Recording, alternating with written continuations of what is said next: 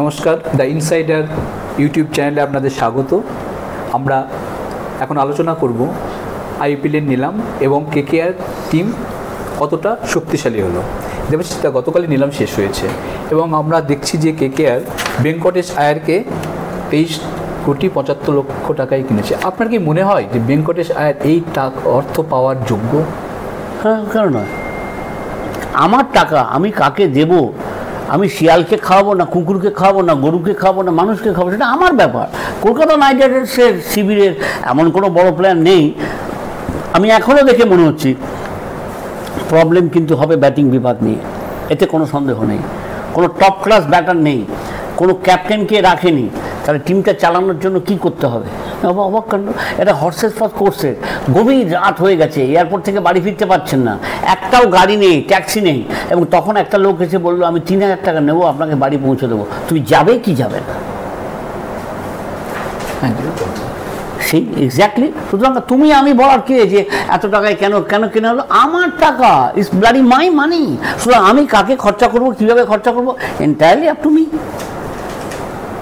এবং শ্রেয়স আয়ার, ঋষভ পন্থ যে পরিমাণ টাকায় বিক্রি হয়েছে ওর আইপিএল নিলামে, এটাকে আপনি প্রত্যাশা করেছিলেন? হ্যাঁ, অনেক আগেই আমরা বলেছিলাম যে 25 কোটির বেশি পাবে হচ্ছে ঋষভ পন্থ, এবং এই জন্যেই ও একটা বাজে কথা বলেছে যে গাভাস্কার যখন বলেছিল যে টাকার জন্য দিল্লি ছাড়ছে, তখন বলছে না, টাকার জন্য আমি ছাড়িনি।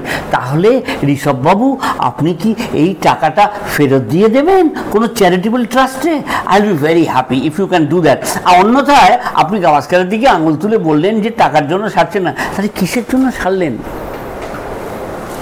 এবং আমরা দেখেছি গত বছর ফিল্ড সল্ট ভালো পারফরমেন্স করেছিল, তাকে ধরে রাখতে পারেনি নাইট রাইডার্স। সেই জায়গায় কুইন্টন ডিকককে নিয়েছে এবং রহমানুল্লাহ গুরবাজ রয়েছে, কিন্তু ওপেনিং কতটা দুর্বল হলো ফিল্ড সল্টকে না পাওয়াই? অনেকটাই দুর্বল হলো। তার কারণ হচ্ছে আমরা বিশ্বাস করি এটা একটা ভারতীয় সংস্কৃতির সঙ্গে ওতপ্রোতভাবে লেগে আছে, ট্রায়েড অ্যান্ড টেস্টেড। যে পরীক্ষিত হয়েছে এবং যে সফল হয়েছে তার সঙ্গেই আমরা ঘর করতে চাই।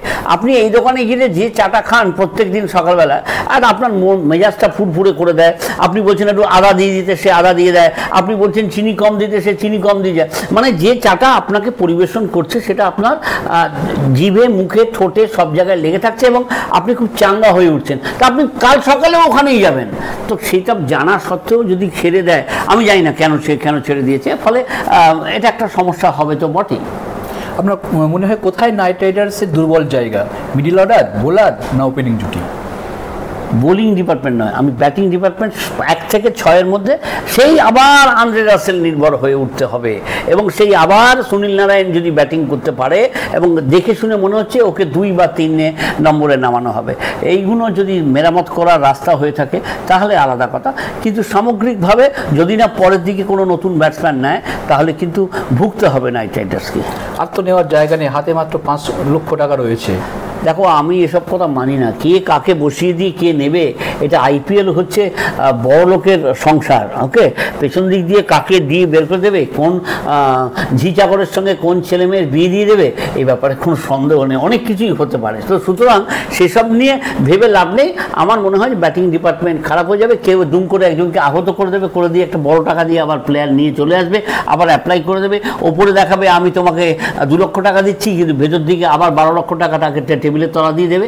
এই সমস্ত দেখে মানে কী বলবো, চোখ পচে গেছে।